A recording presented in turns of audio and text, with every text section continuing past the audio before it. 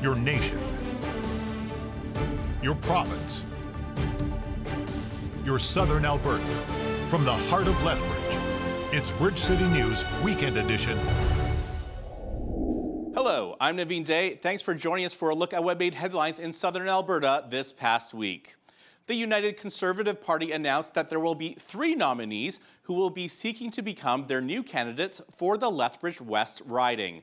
They are former Lethbridge Police Chief and current City Councillor John Middleton Hope, Aaron Leclerc, who is the former constituency office manager for both MLA Nathan Newdorf and MP Rachel Thomas, and Shauna Grueniger, who is a longtime real estate professional and entrepreneur.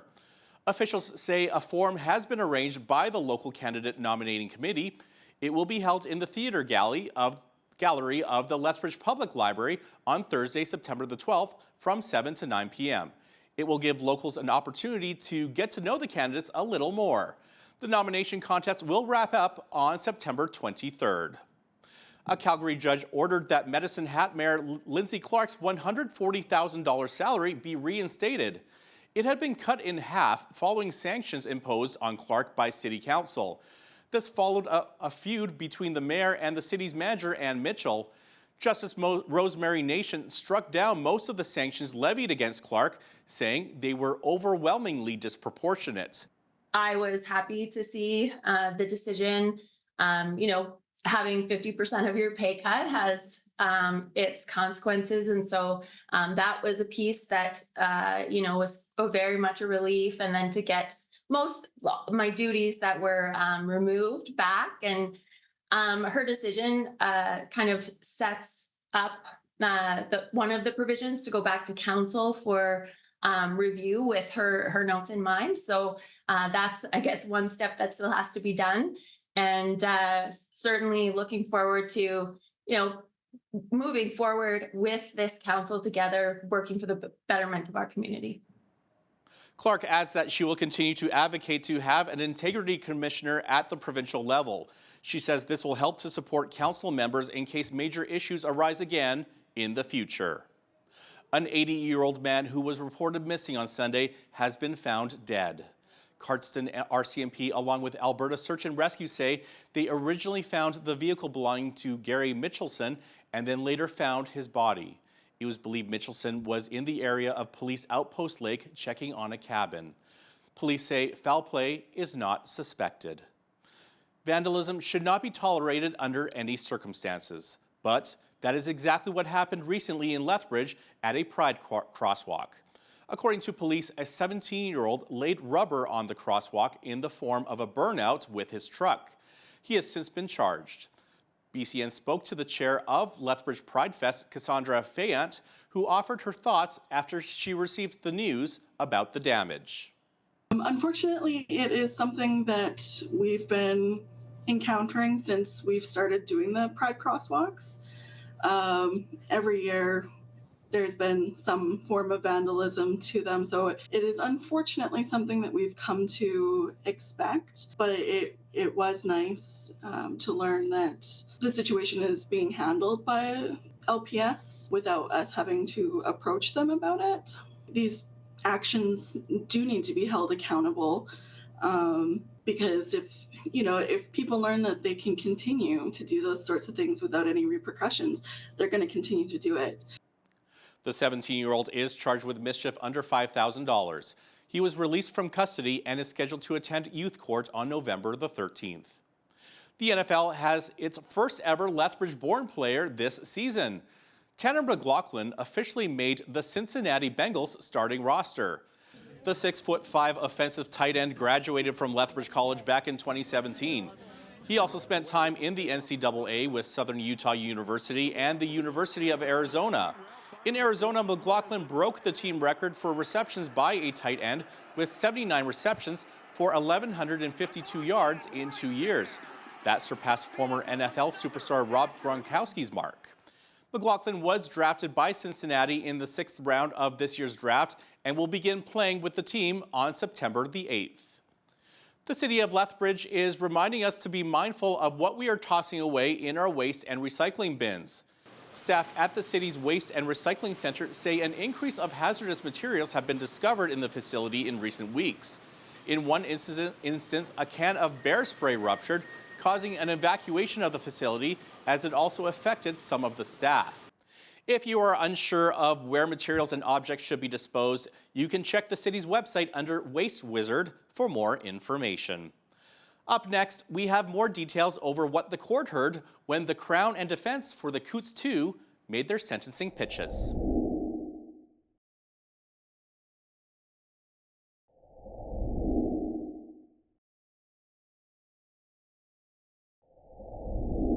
The sentencing hearing for Chris Carbert and Anthony Olynyk continued Thursday. Court heard sentencing pitches from the Crown and the defense before the justice gives his expected final submission on September the 9th. BCN's Landon Hickok was at the courthouse with more details. I'm back here at the Lethbridge courthouse where we are nearing the end of the sentencing hearing for Chris Carbert and Anthony Olynyk. We have heard the lawyers from both the defense and the Crown stating on their opinions what they think the proper sentencing on the two men should be. The Crown made their submissions first. Crown prosecutor Stephen Johnson once again made his case that the two men showed their readiness for conflict between protesters and police officers and recommended 9 years for the two men, stating it was near the high degree maximum of 10 years, just shy if the event were to take place. Johnston also commended the RCMP's response when they made their initial arrests on the two men, stating their professionalism in, quoting, stopping this thing before it got too far, once again stating that the two men were dangerous.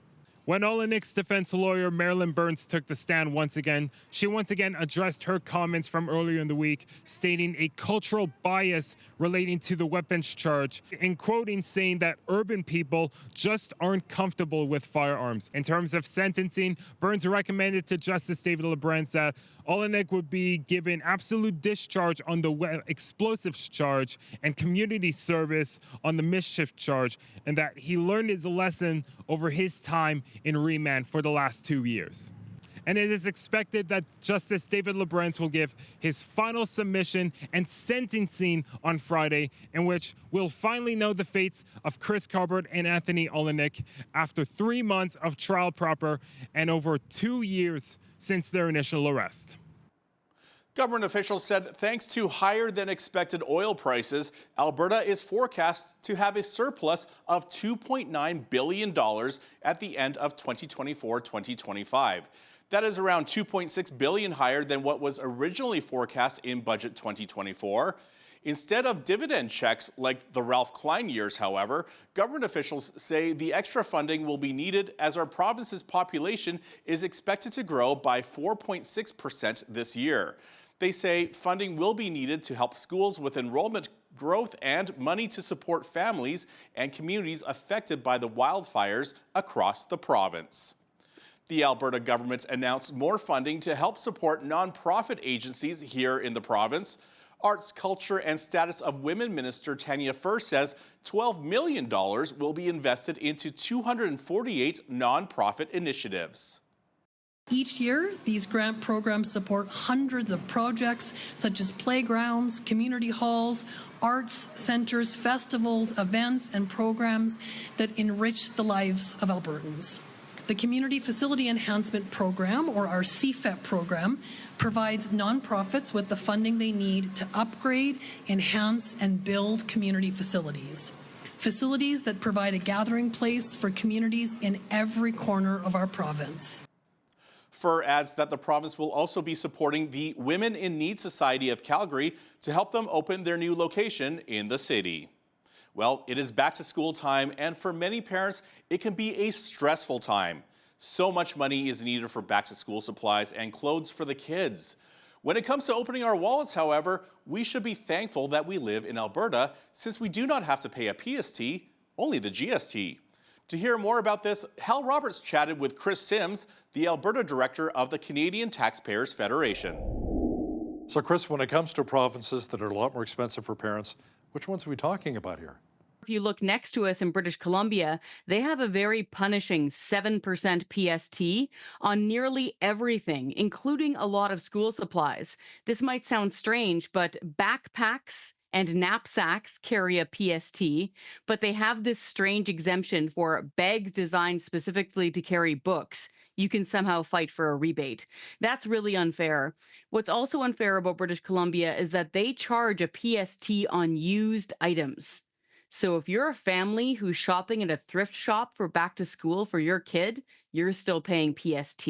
So that's really out of bounds. You take a look at a place like Ontario, there across the province there, those families are going to be spending around $50 million just in their PST portion, just in back to school. If you're a parent, you're probably excited that your kids are going back to school this week. But what are your plans with all the extra free time? The calendar says summer is ending, but the weather says summer is in full swing. But what can be said about your golf swing? Up next, we chat with a PGA of Canada head professional to get some tips.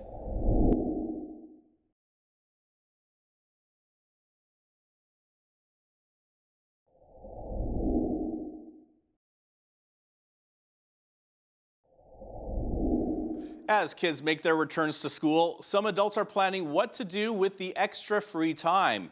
Golf is either one of the most relaxing, enjoyable games on the planet, or one of the most frustrating, depending on your mindset. We want to learn a bit more about how to enjoy and improve our golf game today. So Jeanette Rocher met with Eric Porter. He is the PGA of Canada head professional at the Lethbridge Country Club. So let's get right into that. What are some of the most common mistakes that you see golfers make? So one of the most common mistakes that we see golfers make is definitely overswinging. So everyone wants to hit the ball long and far, but when we swing too hard, that's when things go out of whack. So just, something like just slowing down your tempo. Instead of trying to hit it 400 yards, let's just try to hit it down the fairway so we have a clear next shot to the green instead of being in the trees. Some other mistakes that we do see is, players are using wrong equipment. This game is hard enough already. Now with custom fitting, being able to fit players exactly to their spec makes the game much more enjoyable and makes it much more easy for sure. So Eric, speaking about equipment, how important is it to get the right equipment for yourself? And what about club lengths? Do these lengths have to be a certain? Yeah, clubs have to be a definitely. certain length? Once again, every golfer is unique based on height, length of arms, hand size. So definitely, if you're going to be investing in golf clubs, I definitely recommend coming and seeing a PGA of Canada professional. You'll get properly fit. So once again, we have the proper shaft length, the proper shaft flex, the proper characteristics of, do we need to hit it higher, do we need to hit it lower? And grip, same thing. Depending on your hand size, that's going to dictate the size of your grip. And there's also other factors that may change your grip size as well. For example, seniors with arthritis, we want to get them in a great big grip so they're not squeezing so hard. So just little things like that. Once again, all equipment is fit directly to each individual, and I 100% recommend seeing a PGA of Canada professional to get properly fit. It will make the game much more enjoyable. Any tips on how to deal with those windy days, especially here in Lethbridge? There are definitely some tips that we could utilize and put in our bag to make the wind a little bit more friendly when we are playing. And when it comes to basically hitting a ball lower, if I was hitting a stock golf shot here with this 7-iron, my ball position would be basically in the middle of my stance. I'd make a full swing, my hands would finish up high like this. If we were trying to hit a low golf shot or in the wind, one thing we definitely recommend is club one to two clubs up. And then simply just by placing the ball position back in the stance, what's going to happen is the club's going to hit the ground. We're going to make a shorter follow through, and we're going to be able to hit the ball on a lower trajectory so the wind won't have as much factor. And like I said, definitely club up. A lot of golfers, when it is windy, the biggest mistake that most amateur golfers make is they get up there and, well, the wind's blowing in my face, I'm just going to swing harder. That's the worst thing you could do. You create more spin on the ball, and the wind is going to prevent more curvature. Most of us don't have the greatest swing in the world, Eric. So what's your advice on picking up your swing, getting a better swing? So to get a better swing, the first thing I'd focus on is finishing balanced. If we're able to finish a swing balanced, we're not over swinging. But most golfers, like I said, we're trying to hit the ball so far. If you're trying to hit the ball that far, take an extra club, swing less, so you'll be able to finish nice and balanced. So many golfers that we see on the golf course, you know, they swing and they're falling all over the place. So when we hit a golf shot, we want to make sure that it's just back and we're able to hold that finish, that we're nice and balanced. If we're moving all over the place, we're just over swinging, and that's going to cause a lot of misstruck shots. And then, of course, Eric, as we mentioned many times, it's a very frustrating game. So how do we not give in to frustration and keep our mind set calm? Any tips on that? So first off, most golfers need to realize we're going out there for fun with our friends or family or, you know, working crew. We're not going out there playing for millions of dollars like the PGA and LPGA professionals. So the biggest thing is, it is a game. Go in there with an open mindset of go out there, try to have fun, don't worry about your score. And one piece of advice my dad always gave me is, don't worry about your last shot, worry about your next shot. You can't change anything about your last shot. So if you hit a bad one, don't be down on yourself and, you know, letting it dictate the rest of your day. Just worry about hitting a good next shot and, you know, forget about that bad shot. There's nothing you can do about it. So just move on. After the break, we go out to find the best way to prep an easy meal that's not only good for your gut, but also your brain. That's next. Keep it here.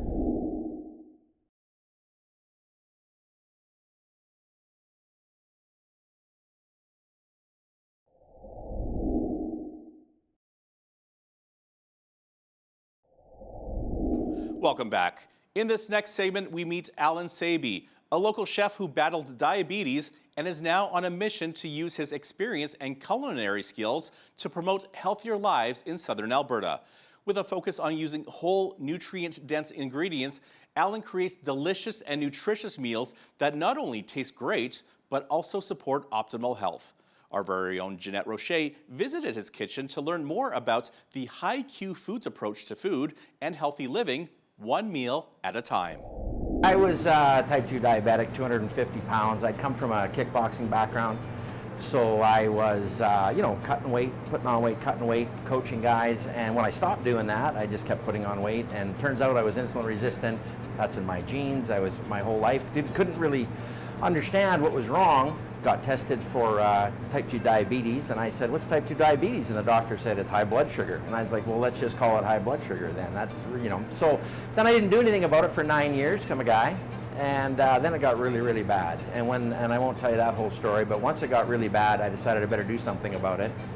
And the doctor wanted to put me on medication. I said, just give me 3 months. And in 3 months with food alone, I completely reversed it and have been on this path of shouting from the top of my lungs ever since. Okay, and it's just all about the food. All about the food. Okay, so this kind of, you were like, wow, light bulb going off in your head. Other people need to know about this. Yeah. Right? And being from like a fitness background, right? And having people cut weight and teach them how to do it, for me and my body type, it was completely wrong.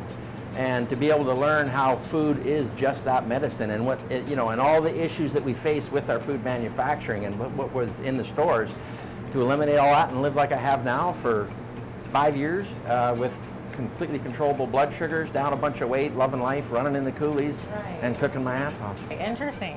Okay, so what are these exactly? These are steaks. These are 10 ounce, 9 and 10 ounce. That. Yeah, I know, it looks like it. So those have come out of the sous vide machine. Okay. They've been in there for an hour and a half, and they're perfect medium rare right now. So we're just gonna get these pans smoking hot, but when you get a pan that bounces, see how the water bounces around like that? I do. Well, that means it's not gonna stick. I could do an egg in there and flip it no problem now.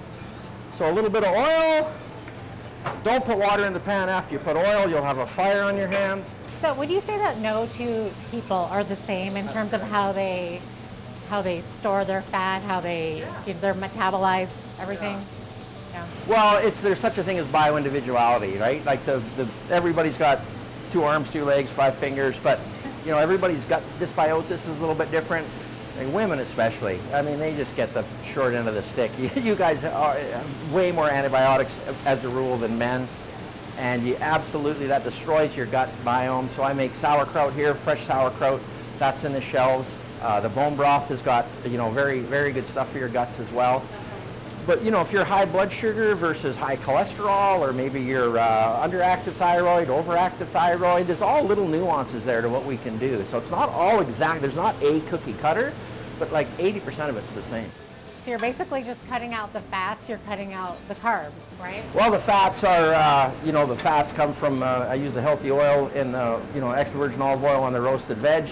We definitely used, you could use ghee as well, but I used an extra or regular olive oil to saute the onions, and then a quick sear on the steak, right?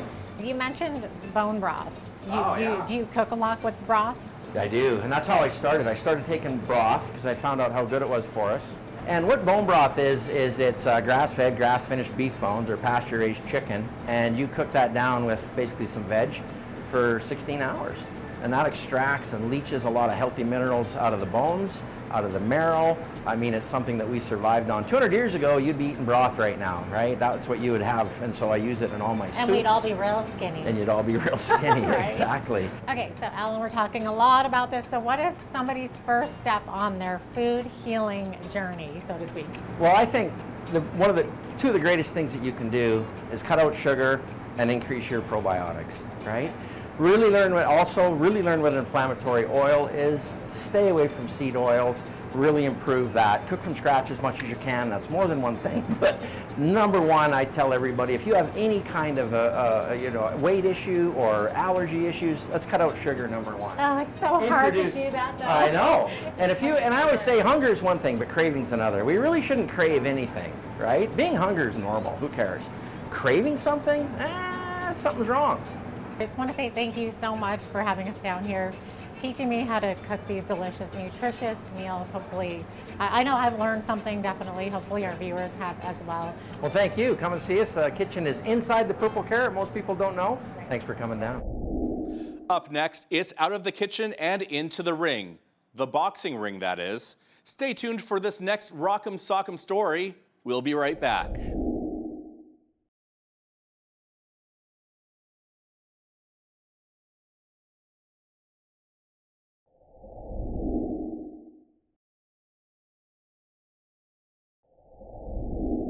Continuing on our health and wellness trend this weekend, Jeanette Roche steps into the ring with Olympian and 5-time Canadian boxing champion Rick Duff.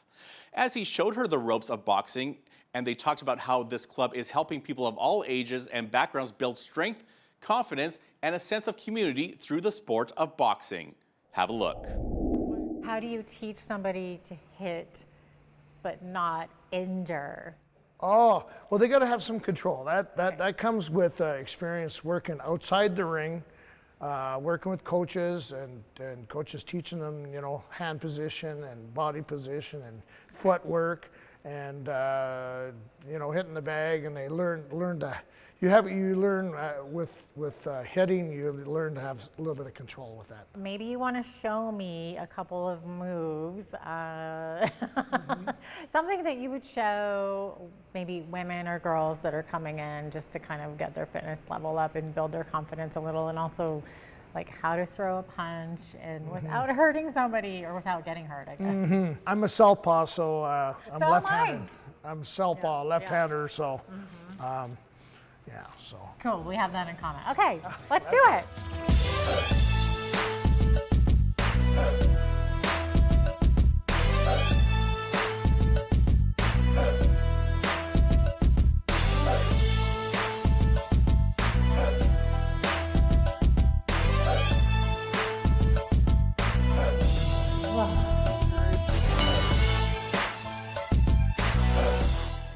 Here he comes. And, Oh, got your color. He's got the pink gloves for me because I'm a girly girl. So.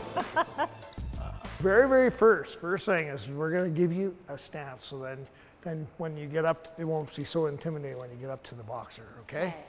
So we're going to stand with our feet shoulder width apart. You're lefty, you're like me. We're going to step with our right foot first, all right?